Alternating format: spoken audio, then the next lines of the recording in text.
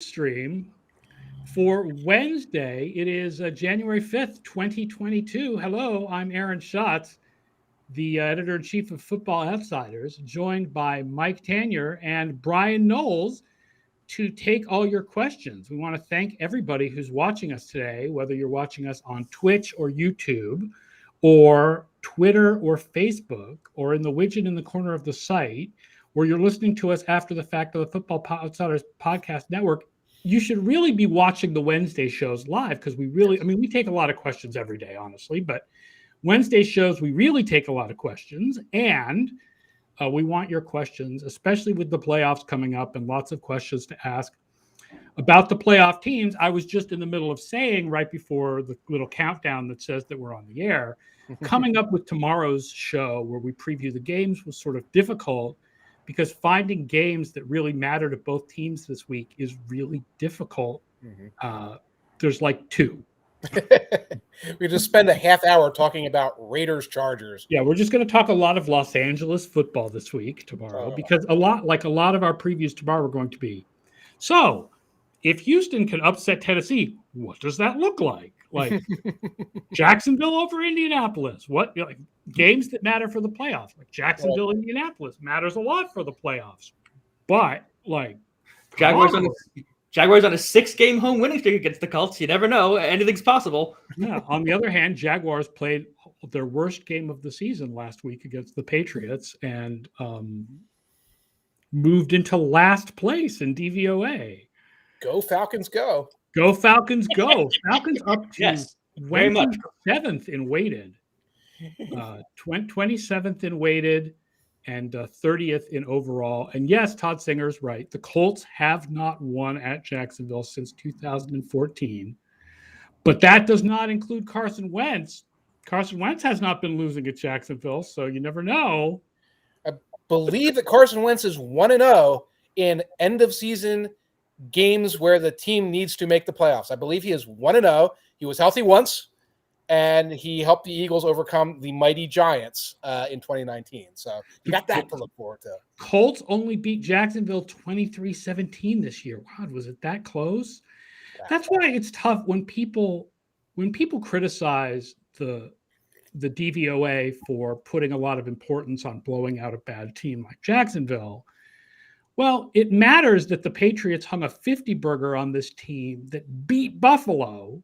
Right. And came within 6 of beating Indy. Like Jacksonville has, it's not college football. Like Jacksonville is not freaking Massachusetts. Right. They're not. The line for the games against Jacksonville may be 16 or 17. It's not 40. Like if Alabama played UMass or something. Really, really slamming the Minutemen today. You got Is this an old rivalry thing with Brown or something? No, there's no rivalry between UMass would probably kick Brown's ass. Honestly. The rivalry is with URI. That's Brown's rivalry is University of Rhode Island. What's their mascot? What's Rhode Island? The Rams. I should have known that. Okay. The Brown Bears against the URI Rams because they play for the Governor's Cup. Surprised that's not on ESPN on prime time every year. It's sad when they got rid of when they took FCS teams out of NCAA football. That was kind of sad because it removed my chance to play the Governor's Cup. There were all kinds of good, FCS rivalries and black college football rivalries. They used to have Southern and Grambling in the game and all that. They took all that stuff out. Then there was a game at one point. I'm really getting off topic here, but isn't that the point of the Ask Me Anything show? There was an independent college football game called Doug Williams College Football, where you played as HBCUs, and there was a halftime show contest, which was like a rhythm game, like Guitar Hero, where you played with HBCU marching bands. There was a marching band simulation game? Yeah, that was what I had halftime. You had a marching band simulation game. Oh, my God. Finally, something me and my sons could play together. I love the idea. How come that never caught on? Because they took the HBCUs out. First of all, they had to stop doing NCAA football altogether, although now it's going to come back because of NFI or whatever the acronym is for actually paying players. College football is supposed to come back. NCAA football is supposed to come back. But when they took the FCS teams out of the game, that meant no more HBCUs. So, and the only other marching band that I think of as being as big a deal as the HBCU marching bands is Ohio State. Ohio State, right. And that's just because they put the dot in the I. They were playing Rush in the halftime show the other day. They switched over because they rarely show the marching bands anymore. They switch over to Ohio State, and they were playing Spirit of the Radio. That is definitely one of the things that I think gives college football a different feel than the NFL. Mm-hmm. The fact that in the NFL, the music is all like recorded, like mostly hip hop and some classic rock. Mm-hmm. And in college, you have all the marching bands. It definitely is something that makes college football feel different from NFL football. Washington used to have their marching band, but I think they fell off the railing a couple of years ago. Right, and the Ravens have the Baltimore Colts marching band. Yes. Who are still, I believe, called the Baltimore Colts marching band. But yes, I did not know URI is Chip Kelly's alma mater. I thought UNH was Chip Kelly's alma mater, or is that just where he got his coaching? That's where he got his coaching. He coached there, right? Yeah. I don't know if you've heard, by the way, but apparently, speaking of URI and UMass, apparently in New England, we no longer have accents. You don't have what? Accents. Really? Oh, yes. Yes. Right. Bryan Kelly, the new head coach of the Louisiana State Tigers, was asked yesterday during LSU's bowl game about that weird Southern accent thing that he did. And he said something like, I'm from Boston. We don't really have accents. Really? And don't let me fool you because I didn't live here till I was 13. So I don't have an accent, but everybody around me does. Right. I've been up there. Everyone talks like Cliff Clavin. It's true. I'm not going to try to do it. Other than Southern accents in general, like, is there a place in America that has a more like clearly defined accent than Boston? Like, what a ridiculous statement that is. What? Todd Singer says the other big difference is time commitment. I went to the Music City Bowl and it lasted over 4.5 hours. God. Is that because bowl games have a really long halftime show, or is that because all the times they stop play to review because instead of coaches' challenges, they have the booth upstairs decides to challenge whatever they damn well feel like? There's that. They just, when they do a stoppage, they just do a stoppage. They'll let the band play a song. The NFL is pretty rigid about this. If you watch just about any college football game and really just watch that game, you'll notice how much longer it is. Like most of us are click, click, click, or we're watching 3 at the bar or whatever, and you don't notice how much longer they are. If you are in the booth and you're trying to cover that game and think about when you're getting home, you notice it. Reminds me that to tell everybody, tomorrow's show at 1 p.m. Eastern tomorrow, Parker Fleming will be here to preview Alabama and Georgia, which should be interesting because I believe that our advanced stats like Alabama, even though Georgia is the favorite. So there should be some good. I mean, I know that I'm not a hardcore college football guy, so it's hard for me to say I'm sick of anything, but I'm sick of Alabama. And I also feel like as a Patriots fan, I'm not allowed to say that because this is how everybody feels about the Patriots, but I'm sick of Alabama. Question for Tanier: if you had to give up hats or the beard, which would go? The hat, I rarely wear it socially. I'm hiding some real scruff today. I might go hatless tomorrow if my barber is off quarantine and able to take me at noon. So you may see the hatless version of me tomorrow. Beardless version, who knows? That's something I always save for a bet. So maybe if we get an Eagles-Patriots Super Bowl, we could talk about a bet involving beards. But P-Funk says, I saw you predicted a Cowboys versus Chiefs Super Bowl before the season. I did. Yeah. How much do I believe in the Cowboys given their DVOA? I am not a believer. I am a believer in the Cowboys, and I'll give 2 reasons why, and then I'll give a reason why not. The main reasons why, first of all, the penalties have been a really big part of their games, which is what Mike wrote about today in walkthrough. And there's been a little bit of more randomness in their games because of the penalties, and it's caused them to lose some games that they might have won otherwise. And that's one of the reasons why DVOA has them higher than like EPA methods that like do include penalties.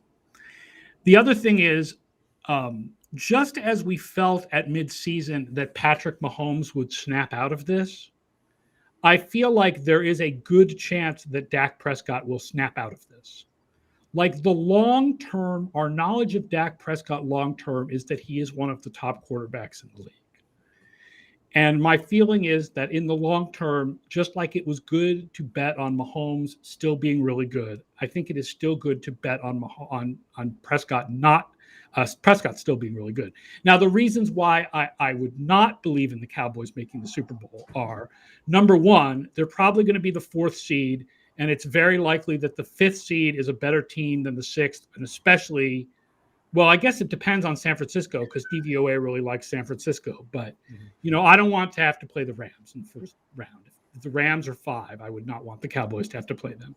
Or the Cardinals.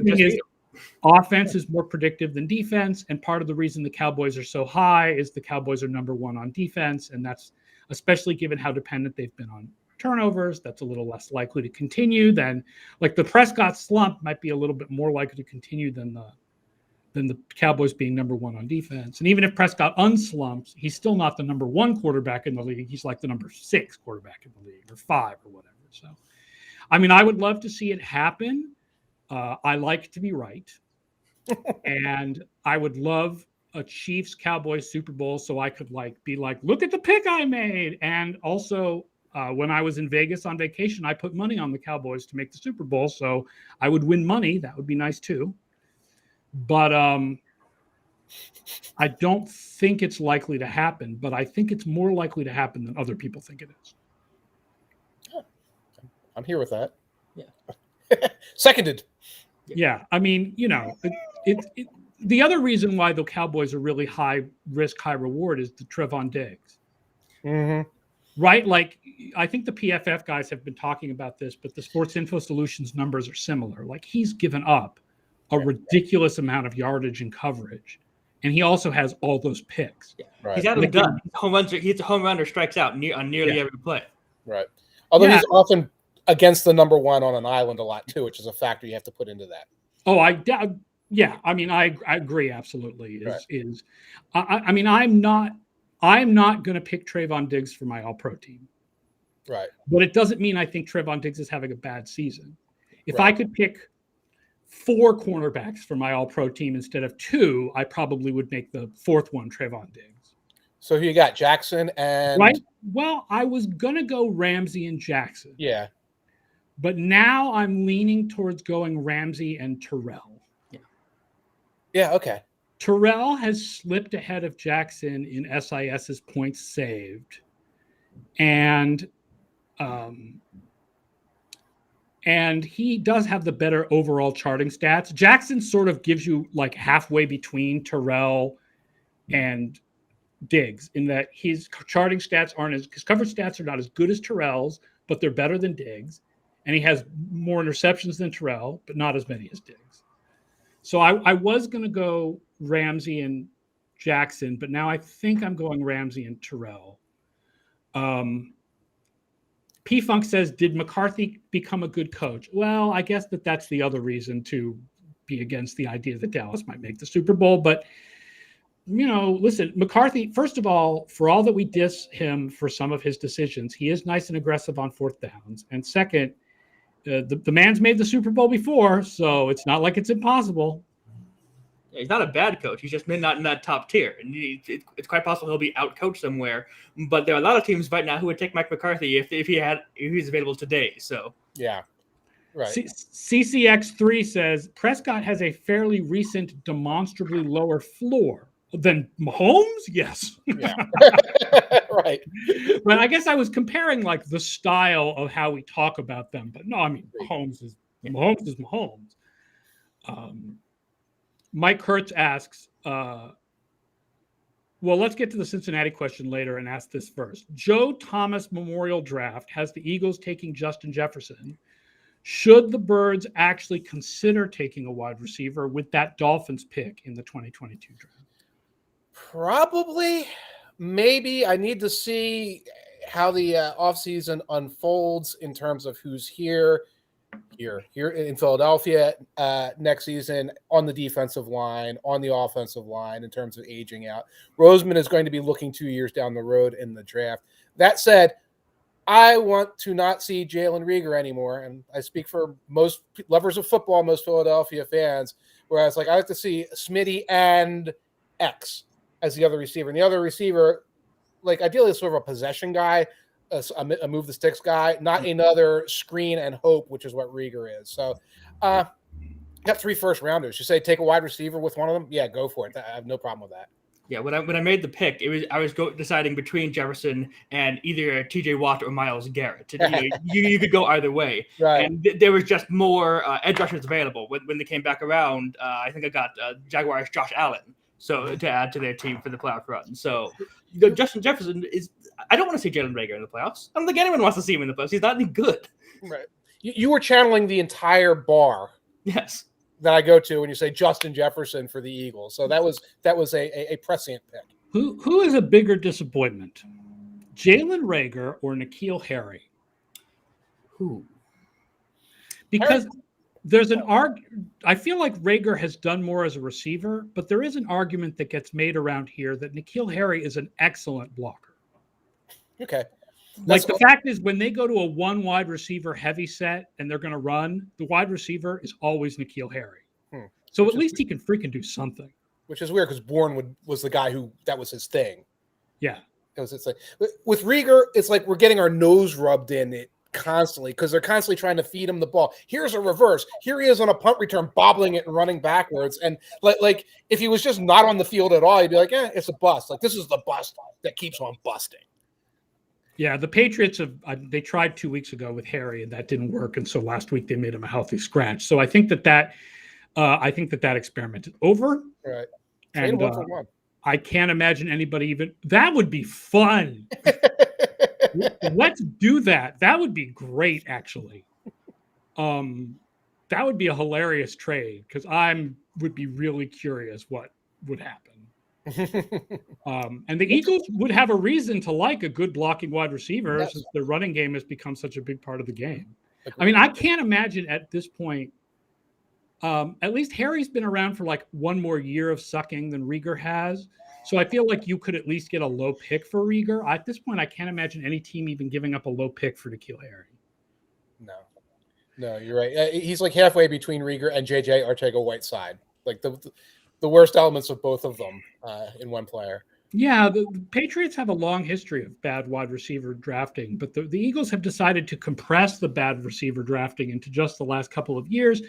And yes, as an Eagles fan, there is also the constant reminder that they took Reagor over Jefferson as well as JJ Arcega-Whiteside over DK Metcalf, but the Patriots took N'Keal Harry over DK Metcalf. So. Yes. The fact is about DK Metcalf is that there were reasons to question DK Metcalf coming into the. There were reasons to believe that this guy may have been a workout wonder who couldn't really play wide receiver. What upsets me is taking N'Keal Harry over someone like Deebo Samuel, where there were none of those questions. Mm-hmm. Agreed.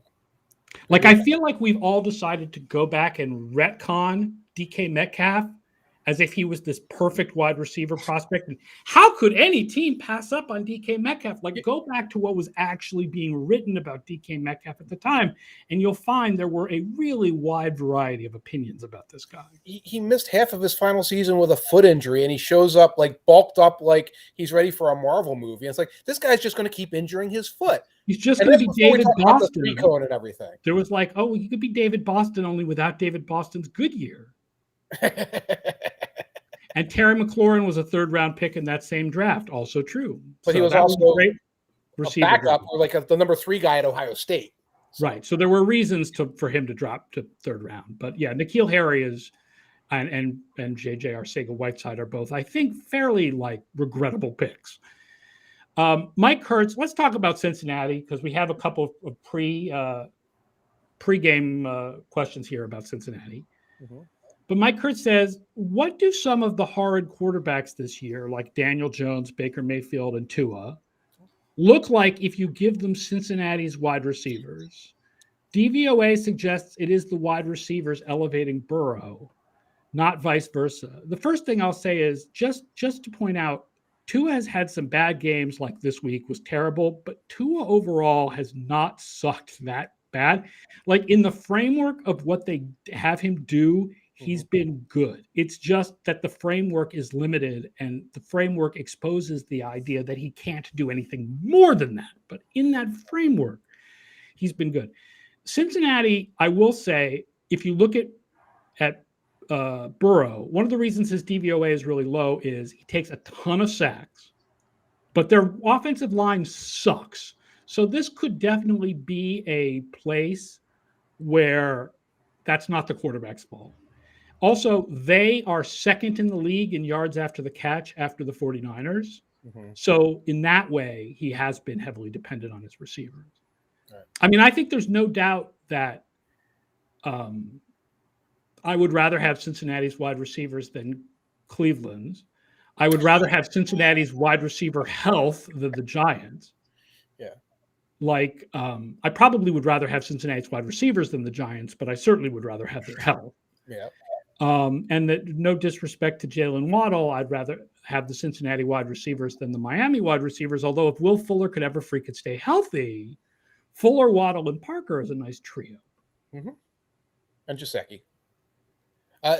It's almost like the Bengals are the most fully evolved form of what the Giants thought they were doing, and to a degree, maybe the Dolphins thought they were doing this year. And I guess the short answer is all of those quarterbacks would be improved, but Tua would still be stuck behind this offensive line, which is worse than the Bengals line. I'm not sure what Baker Mayfield's decision-making process is at this point. Maybe that is the solution. He looked so bad the other night. Like, I understand his shoulder is hurting. Yes.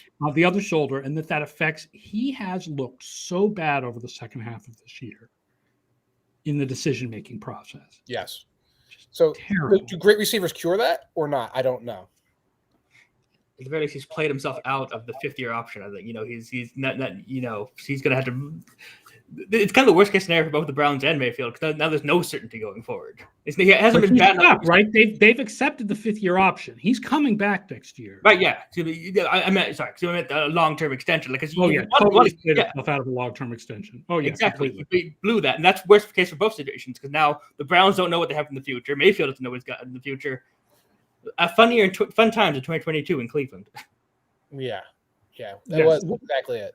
One of the good questions we got before the show was from Box Score, asking, when Baker Mayfield is backing up Joe Burrow, will he do funny Office-style ads portraying him as the backup? Well, why would he start doing funny ads now? He hasn't done it yet.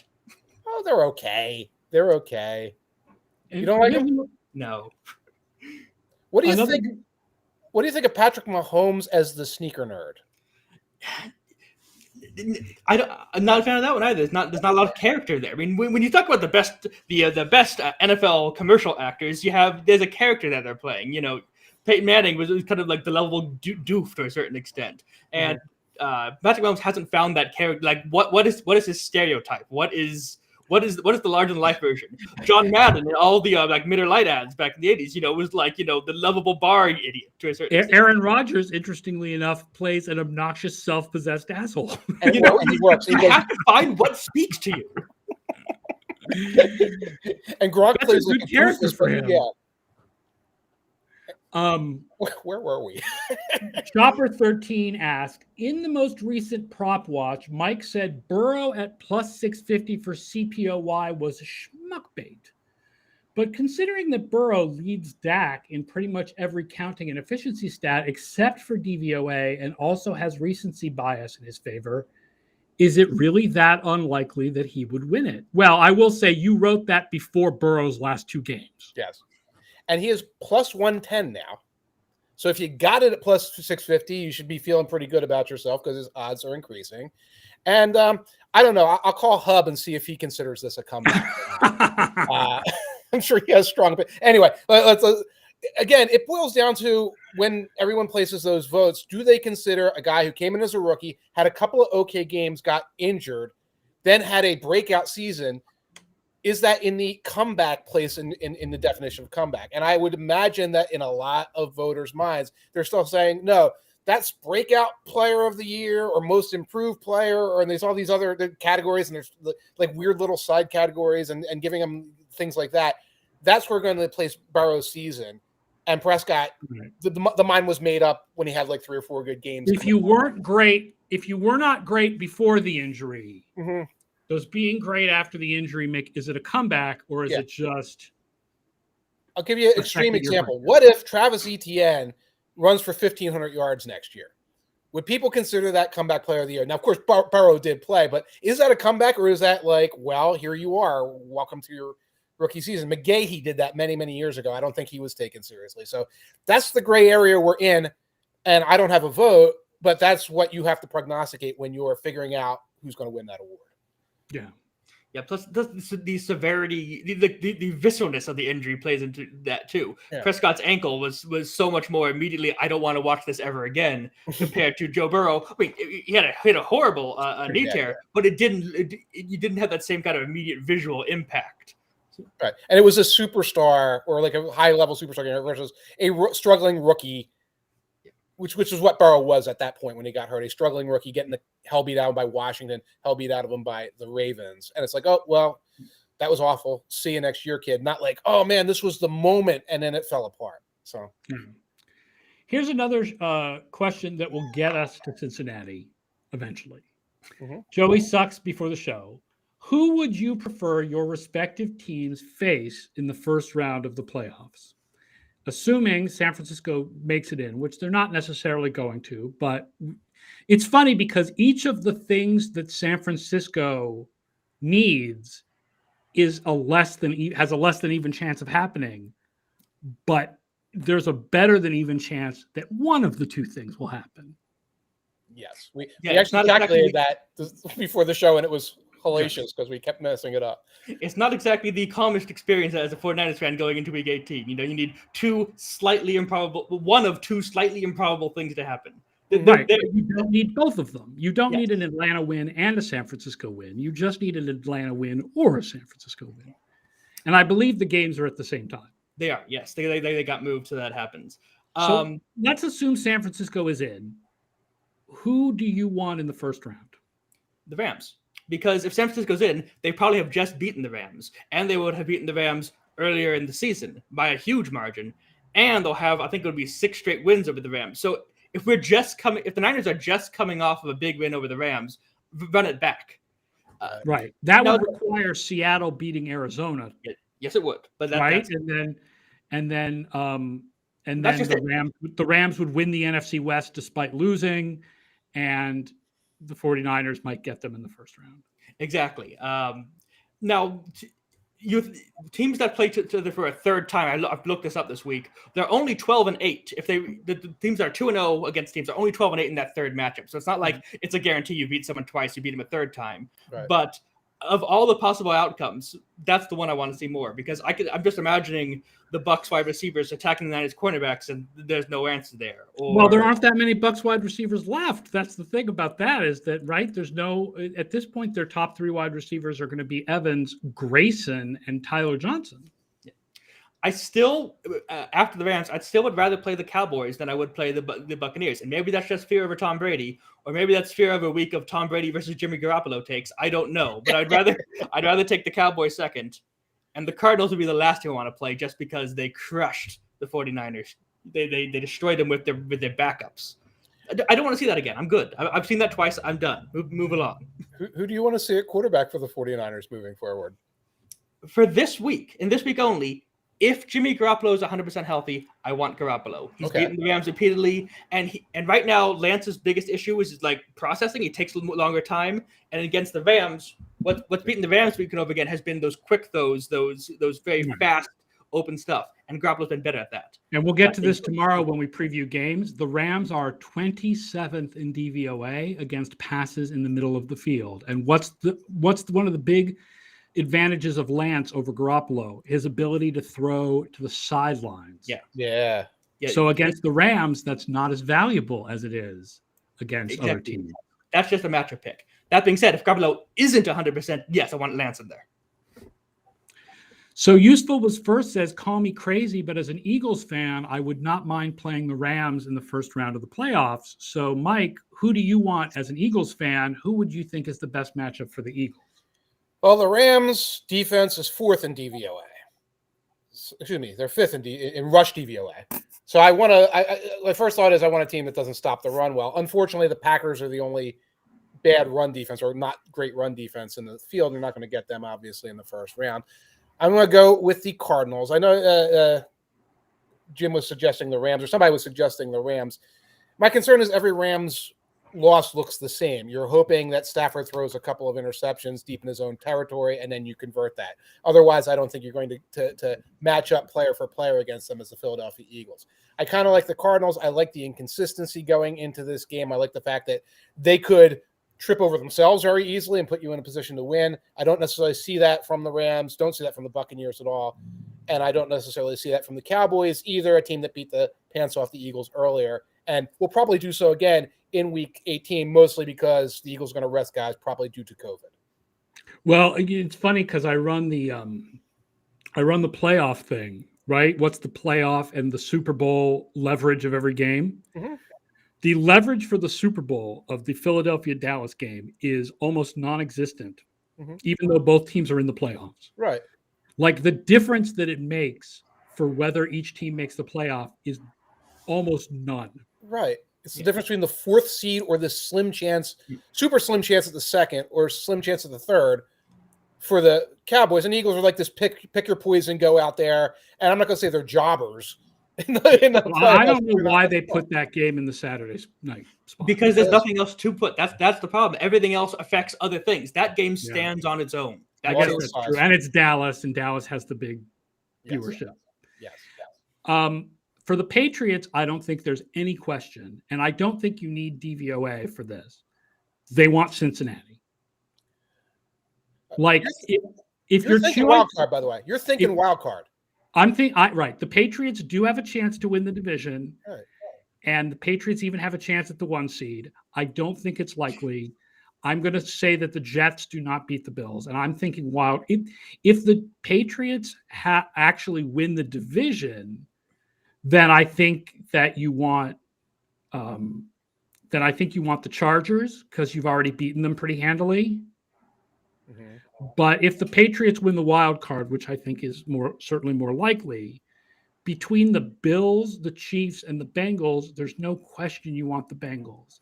And it's not just because DVOA. I wrote a big thing this week about trying to go into why does DVOA have the Bengals lower than conventional wisdom? But I think conventional wisdom pretty clearly has the Bills and the Chiefs ahead of the Bengals.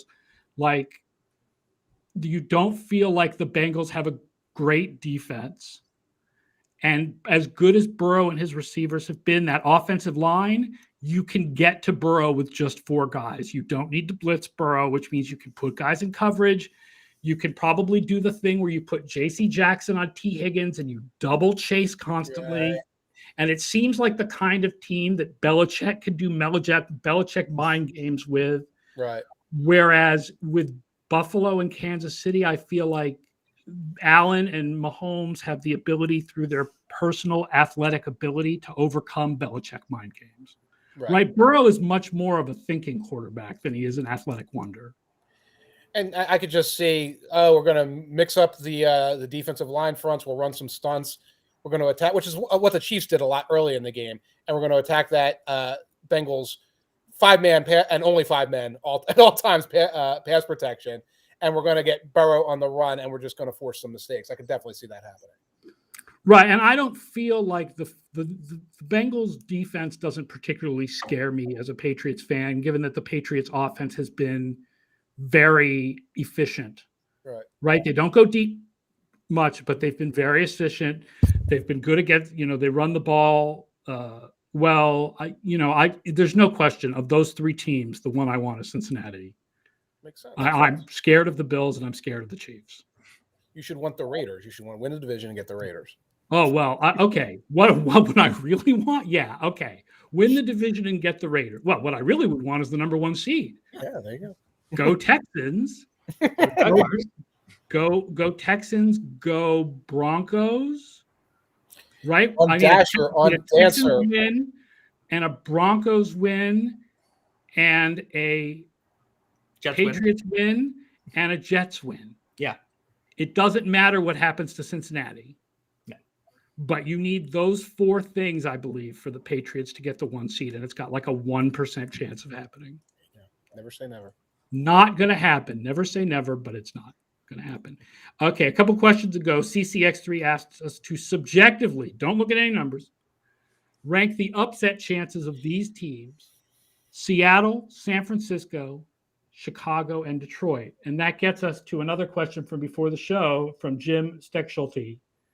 How scared should I be that Cousins will not clear protocols and miss Sunday's game, thus duping the ownership by winning their 3rd straight game, duping the Bears ownership into not firing Nagy and Pace? I think Nagy is toast. Yeah, I actually looked up the past to see if any Bears coach had the late streak, and that was like the logic for keeping them. And it hasn't happened. You know, John Fox won a couple games late in his final season. If anybody could have leveraged that into, I'm headed in the right direction, it was be John Fox. They were not fooled by that. Dick Geron did not do that. If you go back, I think Wannstedt did it in one of his seasons. Like I think it was 96. He had a couple of wins and late in the year, and then they kept him around for like 4-12, 4-12. Of course, he had a history of being a well-regarded coach. I don't think the McCaskies, and remember, it's been the McCaskies for pretty much all that. I don't think they're going to be fooled by that. I think you're right, Aaron. Nagy's toast. I think Pace is toast. Per beat reporter, it is Cousins versus Fields. Ooh. That makes it quarterback of the week. Randomized quarterbacking.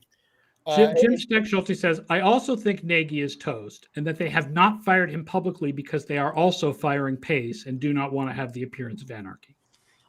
I would say that a winning streak is more likely to save Pace's job than it is to save Nagy's job at this point in time. So yeah, because Nagy's gone, but Pace might be able to cling on to something like, I drafted this quarterback and look at how things have gone here. Now we just got to get the right people in place.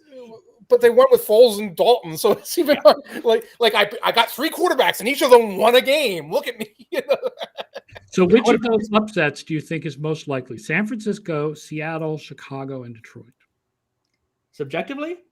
Subjectively. I think I am going with Chicago. I saw Minnesota kind of flail around aimlessly in a way that in Mike Zimmer's post-game press conference really feels like a guy who knows I'm done here and I'm just playing up the stretch and I'm getting out, as opposed to Nagy who might have something like, no, I'm gonna go out on a high note, just show everyone how wrong they were for getting rid of me, kind of thing.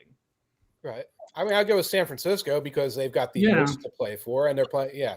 Objectively, sure. Subjectively, they're last. I'm terrified. I am sure that I have to lose. They're going to lose by 60. You're not buying the Shanahan owns the Rams idea? Not this week. This week, the Niners can't miss the playoffs, and so they will. That's where I am subjectively. Right. And Detroit could remember Packers.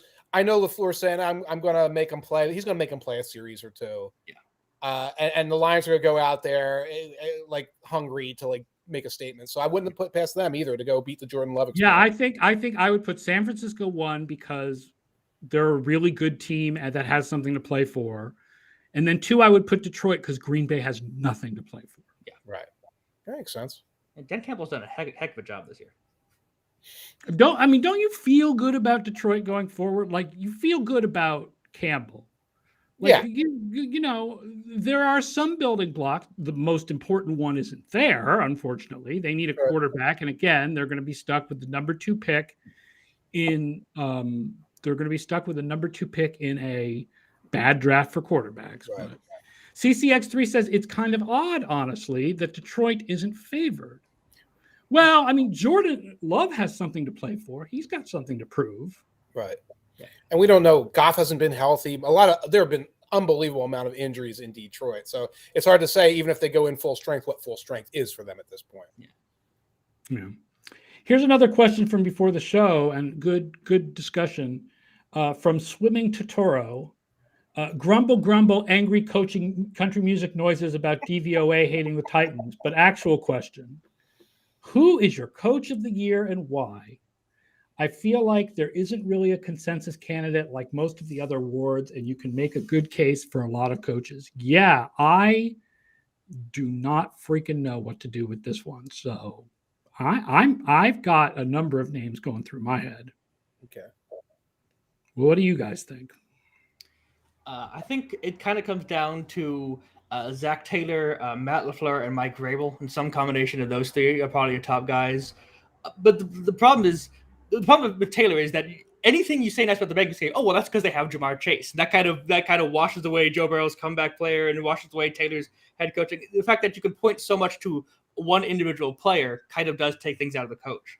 And same thing with LaFleur. Well, if Aaron Rodgers wins MVP, because he's still got 49 votes, he could still possibly win. Then does that take away from the idea of the coach winning? Just like how Bill Belichick did not win so many Coach of the Years because he's got so many talented players, right, et cetera. So maybe that leaves Vrabel by process of elimination with the Titans still. And I know they got negative DVOA, but they're looked to get the number 1 seed despite having no Derrick Henry for the back half of the season. They've overcome a significant number of difficulties to get where they are. See, by hub logic, then you have to vote for LaFleur because he put up with Rodgers. And I don't necessarily hate that because there's probably a lot of management that goes on there. And also he has dealt with the loss of Alexander, loss of Bakhtiari, the loss of Za'Darius, et cetera, et cetera, et cetera. So I think it's LaFleur. I think that there's only one team that has a guaranteed first-round bye. They were without their quarterback for a while. Their quarterback has been impersonating Alex Jones for part of the season. And he has managed all of this plus multiple injuries, plus the fact that the DVOA does not seem to think that this is a phenomenal team or did not before last week. I think that means they've won some close games, right? And yes. The idea that coaching matters in the close games. Right. I just don't buy Zach Taylor. I just don't. Mm-hmm. I just don't buy it. I just don't feel he just doesn't give off Coach of the Year vibes to me. I watched too much of Joe Burrow saying, "Come over here." You go before the play to be like, "Oh, Zach Taylor's doing it here." My feeling about LaFleur a little bit is, if Aaron Rodgers is the MVP, which is where I'm leaning. Mm-hmm. Do we feel like the Packers are good enough that they've had both the Coach of the Year and the MVP? Like, who's overcome the injuries on that team? Has Aaron Rodgers overcome them, or has LaFleur overcome them? I mean, when you see Zul Douglas playing well, when you see Campbell playing well, that's not Aaron Rodgers' a sparkling personality. No, that's not really well, it could be LaFleur. I mean, LaFleur is the motivator, but he's not the defensive coordinator, obviously. I mean, but isn't it? I mean, it's the staff award. Right. I mean, is that how we're going to parse it at this point? I was thinking of Reich, but I think losing to the Raiders hurts that significantly. Yeah. Interestingly enough, a lot of people in the comments are bringing up Belichick. I'm also thinking of Belichick. And I feel like losing to the Colts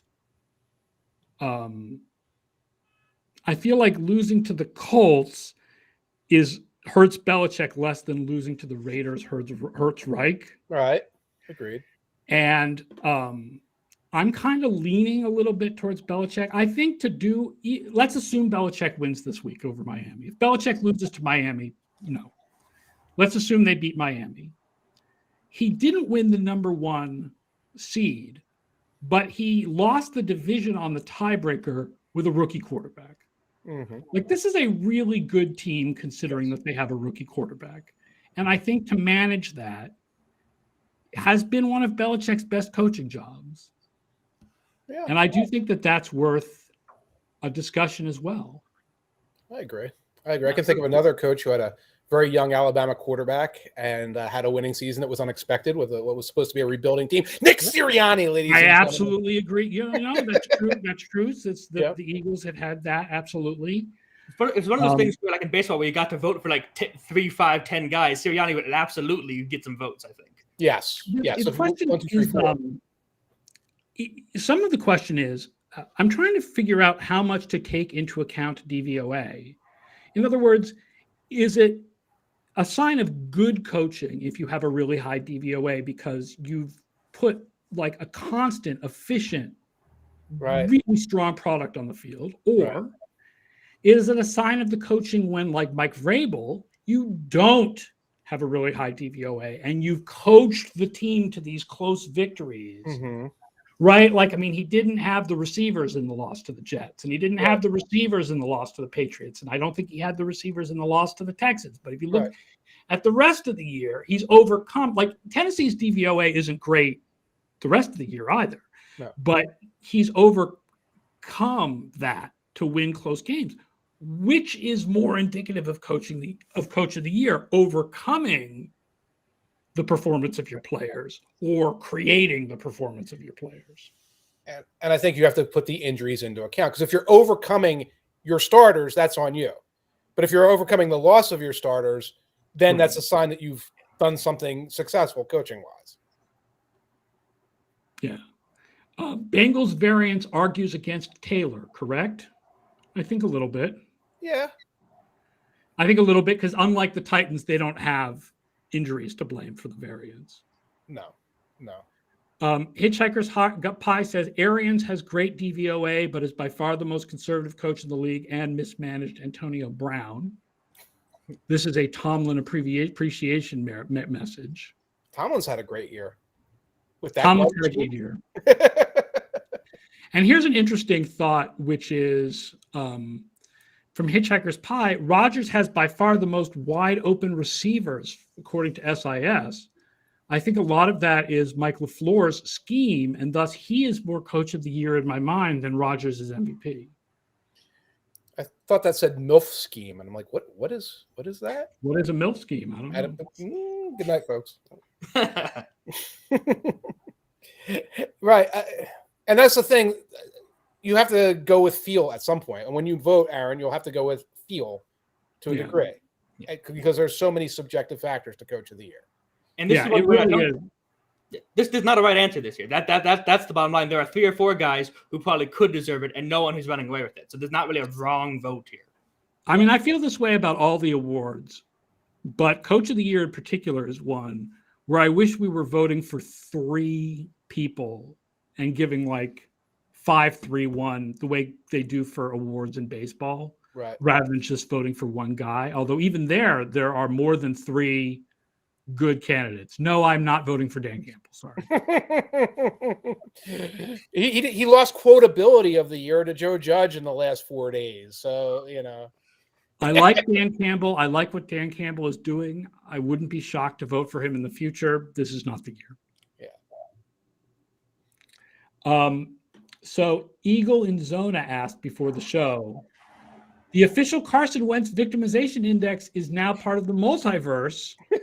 Okay, back to Football Outsiders. Is there an extrapolated DVOA over time? The Eagles started at 20 and moved to 12, and that improvement in the playoffs means such and such. The answer to that is that's what weighted DVOA is for, right? Like I did a bunch of testing on how to weight each week to try to get it to be more predictive. And it's not that much more predictive than total season DVOA. The difference is very small. But it's not, you don't want to look at like just the last few games. You still want to look at like a 10 or 11 game period. Right. And so the answer is weighted DVOA is what you want to look at. And Philly is now 11th in weighted DVOA. Right. Yeah, I can see not wanting to constantly say, oh, and here's another adjustment, because you're adjusting your adjustments. And it's like, well, what about this team's special case here? It's like, well, this isn't for every special. Usually the special case is a sign if it doesn't fit the form, it's probably going to fall back towards the form. Right. I mean, that's the problem with the Titans is that in general, I've always only adjusted in the playoff odds report for quarterbacks. Right. And for all the injuries they've had this year, the one position where they did not get injured was quarterback. So it's like, I did a playoff odds thing on Twitter yesterday. I did like, well, what if we gave them approximate. I'm like, what if we increase them, 15% for having the wide receivers healthy and the defense healthy. And then I also docked Tampa Bay because they're now without Godwin and Brown. And it absolutely made the Titans the number 4 team in the playoff. Like it absolutely improves the Super Bowl odds for the Titans to consider them. But I just don't know how much those guys mean because like what I wrote about yesterday is the games that had all their guys healthy were like 3 months ago. Right. And a lot of them were not spectacular victories. Right. Like in order to really feel like they're spectacular, you have to basically write off week one, like the week one loss to Arizona, because that was a big loss. Right. So you have to really cherry pick games if you're a Titans fan. If you want to get the Titans up and you want to really just cherry pick games, you can. Mm-hmm. But then don't other teams have a right to do some cherry picking of games too? Yeah, cherry pick some Bengals games and see what that looks like. Some Bills Right. games. I mean, some team like the Patriots have not really had many injuries. It's a hard argument to make as a Patriots fan that you should somehow uncherry pick the Colts and Bills losses. But, the thing about weighted DVOA is that I do it the same for every team. So when it says that a team has gotten better, and by the way, the Titans are one of the teams that has gotten better by weighted DVOA because the Arizona game is now out. Right. But, when you say, a team's gotten better over the course of the season, I know I'm treating all the teams the same. Keep putting your thumb on the scale and you get a good measure of the weight of your thumb. Yeah. Another question from Eagle and Zona about the Eagles, by the way, he wanted to know about the DVOA scores in the Bucs-Eagles game.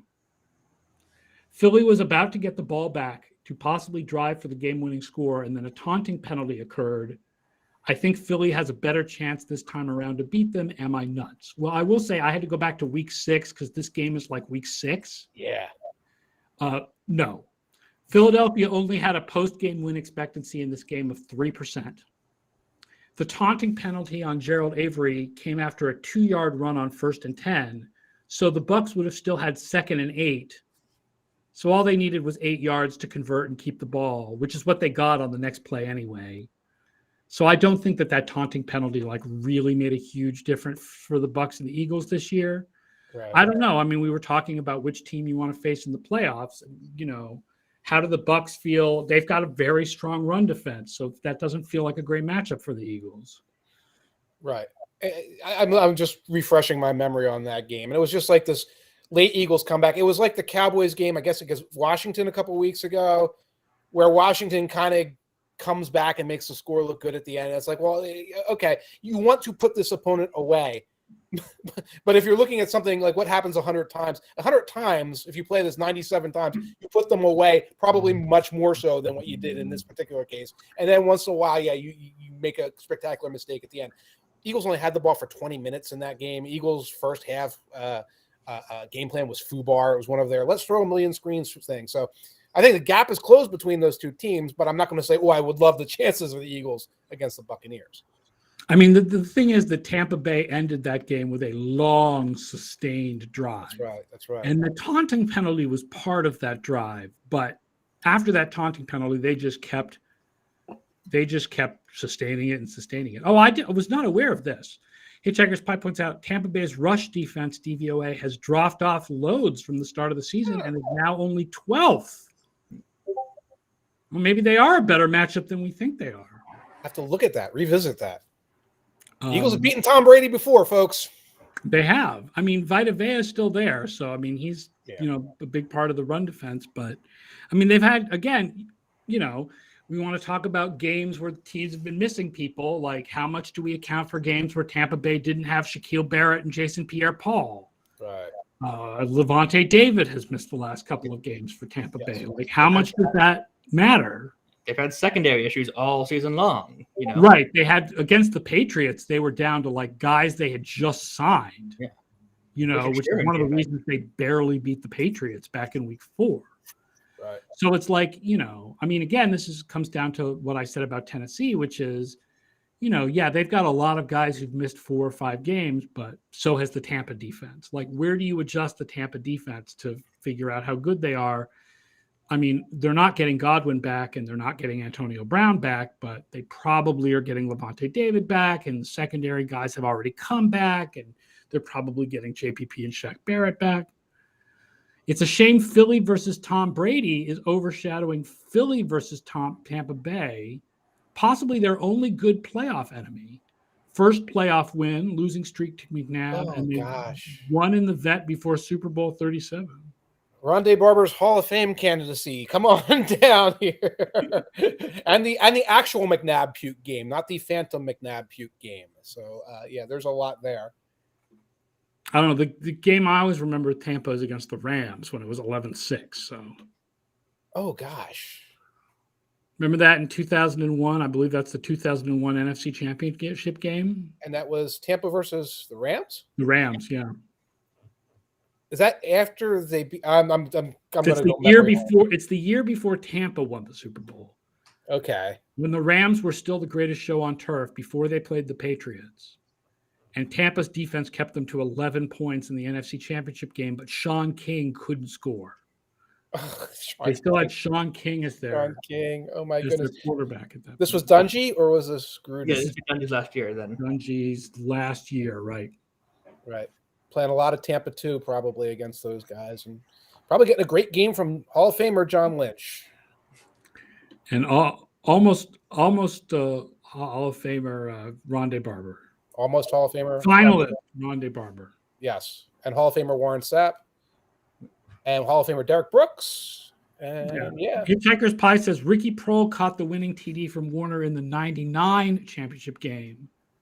No, I'm thinking of is the 11-6 game 2001 or is the 11-6 game 99? You're frying this old man's memory here. I kind of remember that was the 99 season. That's when that was 99, not 2001. So it's not Dungy's last season. Okay. Wow. Kessel 12, has the 17th game enhanced anything for anyone? I wrote about this in the New York Times. It says a point like last week would have been a perfect ending to this season, where you have these teams that the Eagles have clinched, ladies and gentlemen. Oh, the Dolphins were eliminated. Oh, the ultimate showdown. The Bengals won this division with this amazing game. Now let's move on to the playoffs. Now we have, like you were talking about, now we have all these games with 14-point spreads. You don't know who's going to be starting, who's going to be resting. This team needs the Jets to win. This team needs the Panthers to win. It hasn't enhanced anything. I feel like a lot of that, though, would have been the case if the season had been 16 games. It would have been the second to last week that had all the drama. Like a lot of times, it's the second to last week that has all the drama. Yeah, plus the league got a little unlucky with the matchups this year. I mean, because Rams Niners was a potential NFC West championship game, and then so was Seahawks Arizona at one point. And it's unfortunate that so many, like all the AFC games matter because all the good AFC teams are spread out as much as possible over the schedule. That's just unlucky. If we instead were having like the Patriots and Bills instead of the Patriots and Dolphins in the last week of the season, we'd be thinking of it a lot differently. It just, the schedule worked out randomly poorly this year. Well, somewhat randomly. I mean, I think they could have known that the Jets would suck and they should have had the Bills play someone else, but yeah. But they try to get these divisional games in, and that's fair. And also part of it, and I was lamenting it a lot in walkthrough, like, oh, here's a Bengals-Browns game. This could decide something. And it didn't decide anything because there's 17 games, and all these teams are going to come in around 9 and 8. And what ultimately wound up deciding why the Browns fell off was COVID to a degree. And some of these other teams, because the Raiders are still here because they beat a bunch of depleted opponents. So, I mean, I'm probably just being a fogey and like this was better before, et cetera, et cetera. It just feels like this created this longer drive. So we're talking about the New Orleans Saints as a potential playoff team. I feel like the 14 playoff teams has watered things down more than 17 regular season games. That's fair. Yeah. And we all know we're going to 18 regular season games. This is not going to last long before we go to 18 regular season games where the home and away games are matched again. Yeah. It's 9 and 9. Mm-hmm. God, I hope we don't go to 16 playoff teams. Probably will. Well, someday probably, but hopefully not for quite some time. Right. Yeah. The idea that we'd still be talking about the Falcons as a playoff team right now is painful. And with that happy note, I'm going to end the show. Thank you, everybody, for watching. Woo! Thank you for watching the live stream. We love all the questions and comments. Yes, it would be the 82 playoff tournament all over again. Good. 4-5 Detroit Lions. Coming this offseason, 1982 DVOA. Oh, boy, that's going to be fun. Dan Fouts. Yeah. Thank you, everybody, for watching. Thank you for all the good comments and questions that we got. We really appreciate it. We will be back tomorrow at 1 p.m. Eastern on all these same sources, 1 p.m. Eastern. Don't forget to subscribe to the show so you can watch all the shows, whether it's YouTube or Twitch, Facebook, Twitter. We will be back tomorrow at 1 p.m. with Vince Verhey and with Parker Fleming to preview Alabama and Georgia, as well as previewing the last regular season weekend, what they're now calling season finale weekend in the NFL, because everything's got to have a fancy name. Thank you all for watching, and we'll see you again tomorrow. Bye-bye, folks. Mark Mosley rules.